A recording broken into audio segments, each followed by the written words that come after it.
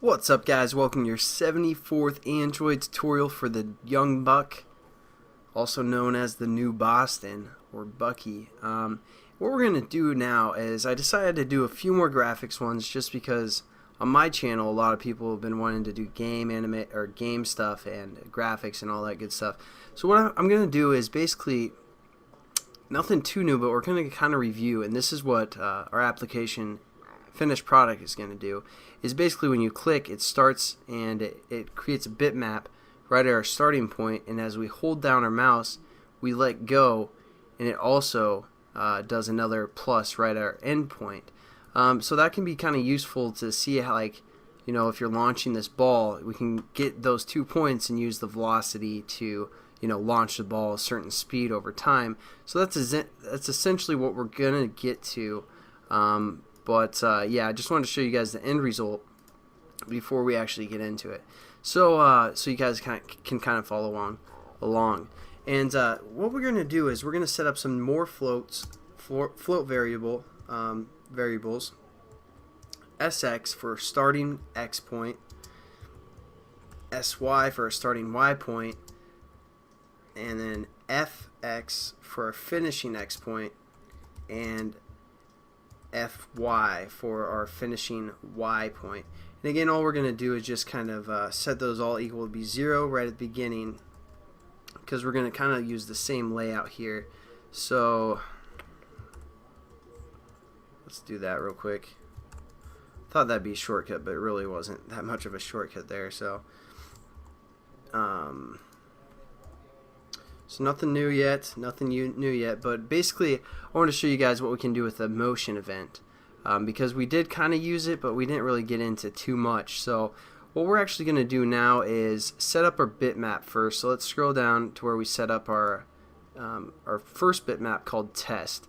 Let's actually cut that test out of our if loop right here and define it within our onCreate method. So I'm just going to paste that up here, hit Control V, and you know, we define this bitmap. We're also going to want that bitmap to be accessible to both classes that we have set up. So we're going to set up a bitmap variable called test, and then we're also going to call one plus. That's going to be the plus symbol that we're going to use, and then we just need to delete again this bitmap here. Now I'm just going to again copy this line of code. I know I'm kind of going all over the place, but hopefully we aren't doing anything new yet for the most part, and set up our plus bitmap.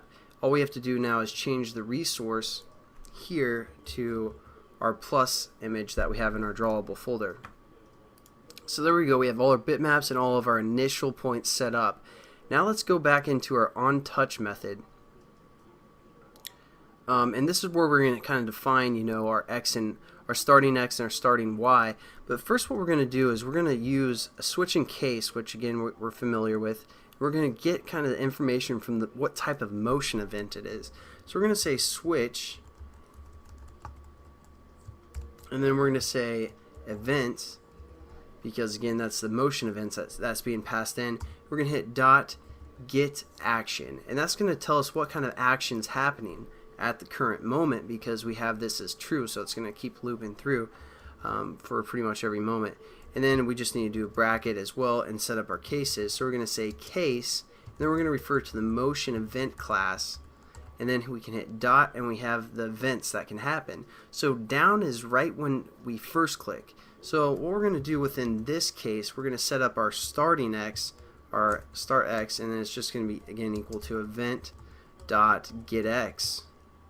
Again, kind of review here, and then also our starting Y, and that's going to be event dot get Y. And there we go, and then all we have to do is say break here, and then we're going to set up our other case, which is going to be the release. So we're going to say motion event dot you know, action up. So type that out, and that's when we're going to let our finger off of the screen, and then we're going to set up our final X, and this is going to be again event dot get X, and FY, our final Y, is going to again be event dot get Y. So there we go. We're going to kind of have these different X and Y values. This one's going to be consistently updating. This one's going to be right when we press down, and this one's going to be right when we press up. So let's just put a break there as well. Now that we have everything set up, we're going to go back within our canvas, and we're going to kind of set up some more of these if statements that we did previously. So I'm going to copy 3 of those, because again, we're going to say one is for our starting x if it's not equal to 0, and our starting y is not equal to 0. And then we're also going to do our final y and our final x here. Hopefully this tutorial is not too long, but I mean it's pretty simple. And speaking too fast here. Instead of our test, we're going to do our plus bitmap that we set up at the beginning of the tutorial for both of these. And again, what we're going to do is we're going to get we can still use this kind of equation where we take half of the width and subtract that from our final x. So it's kind of placed right in the center as well. This will be our starting x for this one, and again our plus bitmap, we're going to get half of the width, even though both of our plus and our our test are both 75 pixels by 75 pixels, but that's besides the point.